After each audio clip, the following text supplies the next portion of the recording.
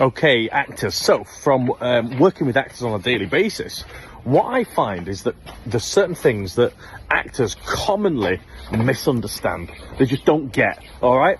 So what I'm going to do is I'm going to produce a range of content straight after this video, whereby I'm going to kind of lay out and get you guys to understand all of these things that are commonly misunderstood so that you can navigate your career much better. Make sure you follow and make sure you watch.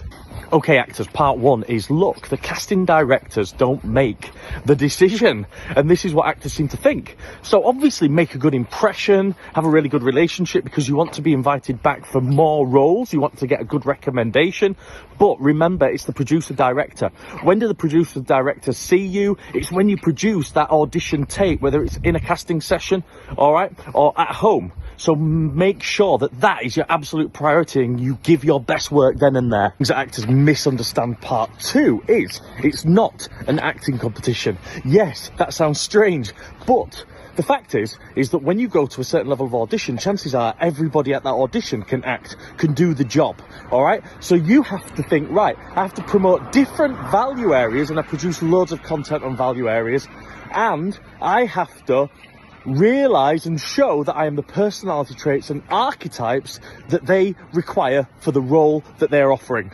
Things that actors misunderstand part three is that they think that actors are rich. Now, 97% of actors are out of work. 1% of actors only make a full-time living from this career. So, yes, actors get paid in short bursts and well, sometimes, but then they're out of work most of the time. So what do you need to do? You need to work on your value. Become the kind of actor that's cast first, because you hold so much value to that production and you will get well paid. Number four, you have to go to a London drama school, and if you don't already, you have to move to London. That's just not the case in 2022, okay? Matt Smith, Jodie Comer, huge actors, just didn't go to drama school. They went to part-time organisations like mine with an agency attached, and they got their value independently and made a name for themselves. Also, moving to London, we network online now. We do Zoom auditions. We do self-tapes. There's just no need anymore. 5. So you're not getting enough auditions, you're not getting enough roles. It's your fault, not your agent's, okay? Now, increasingly, being an agent is just an admin job. You know, people seem to think that they schmooze with casting directors. There's no time for that in this industry. It's just getting submissions done, good submission notes, good emails. That's all they can do. When I look, when people are unhappy, it's usually the actor's fault. Marketing packages aren't up to date, they're not working on their value, all right? You earn 5 times more than your agent, but do you do 5 times more work on your career? Doubt it. Part 6, you have to be lucky, you have to be in the right place at the right time. I find that's very rarely true, okay? So luck is actually where hard work meets preparation and opportunity. So you have to work incredibly hard, you have to prepare incredibly well, and you have to put yourself in the way of as many opportunities as possible. That is actually how successful people become, inverted brackets, lucky, okay? Okay, part 7, actors need to be confident, and it's glamorous, and you look good on camera.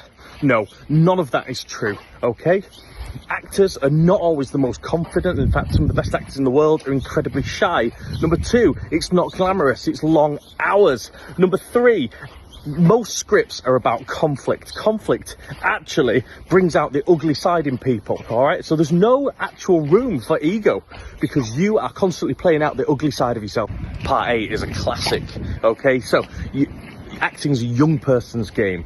You can't get into acting in later years. Well, that is absolute rubbish. In fact, 200,000 actors drop out every single year.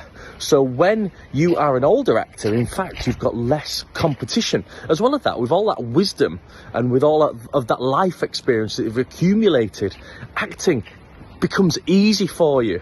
In fact, older actors have it easier. Things that actors misunderstand, part 9. This is probably, over the years of me coaching, the biggest one, okay? The one I get asked the most, and that is, I've got piercings, I've got tattoos, I've got things that make me unique.